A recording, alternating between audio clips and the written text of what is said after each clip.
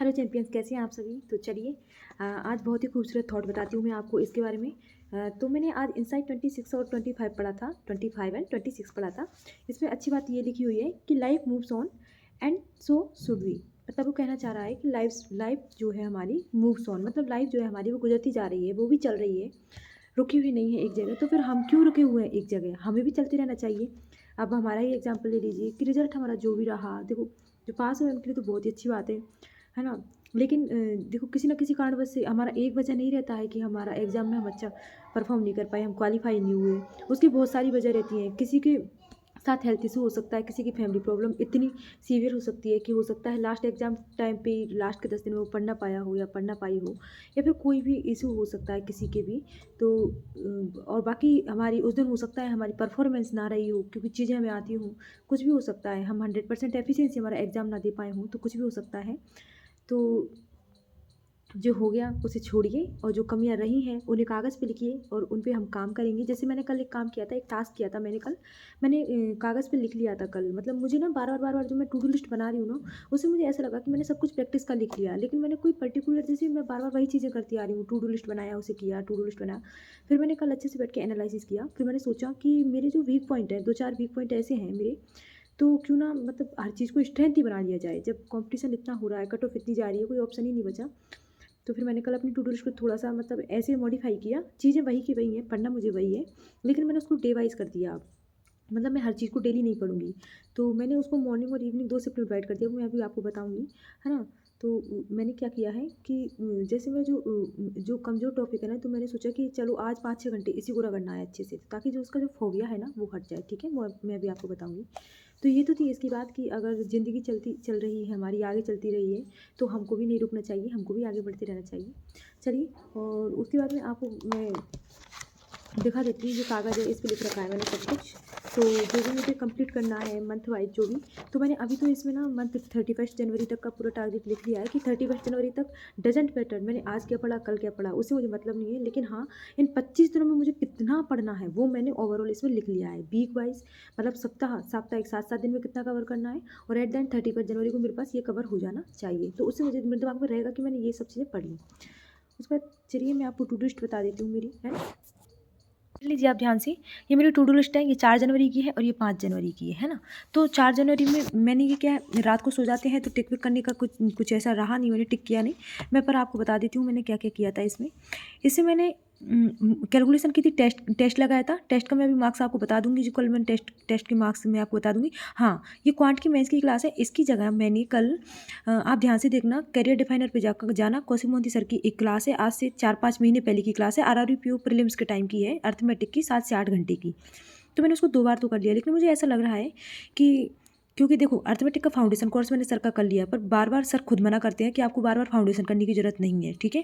तो मैंने सोचा कि मैं कुछ ऐसा कर लूँ जो मेरे सारे अर्थमेटिक के जो वेरिएबल बेस्ड क्वेश्चन है ना, उनकी प्रैक्टिस हो जाए। तो 5 महीने पुरानी क्लास है, वो 7 से 8 घंटे की है सर की, मैं उसको पूरा कर रही हूँ। तो कल मैंने उसको 2 घंटे की किया, और आज अभी अभी उसको 5 घंटे की और बच रही है, तो मैं अब 2-3 घंटे की उसे आज फिर से करूँगी, है ना? ये किया था मैंने, ठीक है? उस क्लास का नाम है अर्थमेटिक, कुछ ऐसा करते हैं, आप देख लेना, 7-8 घंटे की क्लास है सर की, ठीक है? मैं इसकी पीडीएफ मैंने नहीं की थी, पीओ का मैंने मॉक नहीं लगाया था, लेकिन हाँ, मैंने कल पज़ल की थी। पज़ल मैंने कल कम से कम ऑलमोस्ट 20 से 25 पज़ल की थी। इंग्लिश के क्विज़ में मैंने क्विज़ कल कोई सा भी नहीं लगाया था। करंट अफेयर्स मैंने पूरी ईमानदारी से किए थे, 5, 6, 7, 8 अक्टूबर तक के करंट अफेयर्स कर लिए। एडिटोरियल मैंने किया था, और इंग्लिश की क्लास मैंने सर की थी। अब आइए, मैंने थोड़ा-सा मैं आपको बता रही थी ना कि चीज़ें वही हैं, बस मैंने उनको समराइज़ कर दिया है ना? अब ये 5 जनवरी की टू डू लिस्ट है मेरी, ये आज की टू डू लिस्ट है। उससे मैंने ना ये देखिए, मैंने ये सब लिख लिया, मुझे ध्यान नहीं रहा कि कल संडे है। उसके बाद में तुरंत मुझे याद आया कि आज एसवीई क्लर्क मेंस का मॉक लगाना है, तो उठते ही मैंने कैलकुलेशन कर ली थी, और उसके बाद मैंने एसवीई क्लर्क मेंस का मॉक लगाया था। उसके मार्क्स मैं अभी आपको बताने वाली हूँ। अब मैंने और ये मेरे मॉक लगा लिया है, और मॉक का जो एनालिसिस है वो मेरा बाकी पड़ा हुआ है, तो मैं उसे करूँगी अभी, ठीक है? और इंग्लिश मेंस की क्लास, तो अब दिन भर में मेरे पास जितना भी टाइम बचेगा ना, उसमें ओनली मैं इंग्लिश मेंस की क्लास देखने वाली हूँ। चाहे आज दो क्लासेस करूँ या 3 क्लासेस करूँ, लेकिन जो भी टॉपिक करूँगी ना, उसे अच्छे से करूँगी। मैंने यही मॉडिफाई किया है, ठीक है? चलिए मैं आपको मॉक के मार्क्स बता देती हूँ, है ना? चलिए आ जाइए, ये मॉक के मार्क्स हैं मेरे।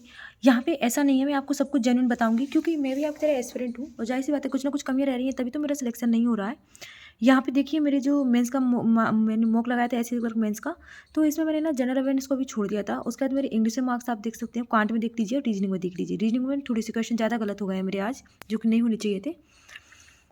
और क्वांट में मेरा एक ही गलत हुआ है, और इंग्लिश में ऑलमोस्ट 8 के आसपास क्वेश्चन मेरे गलत हो गए हैं।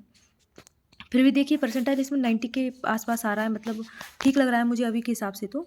बाकी धीरे धीरे अभी हम धीरे धीरे मतलब कि हर 7 दिन में एक मॉक लगाएंगे तो इम्प्रूवमेंट होता रहेगा। मैं सॉल्यूशन में जाके आपको बताती हूँ।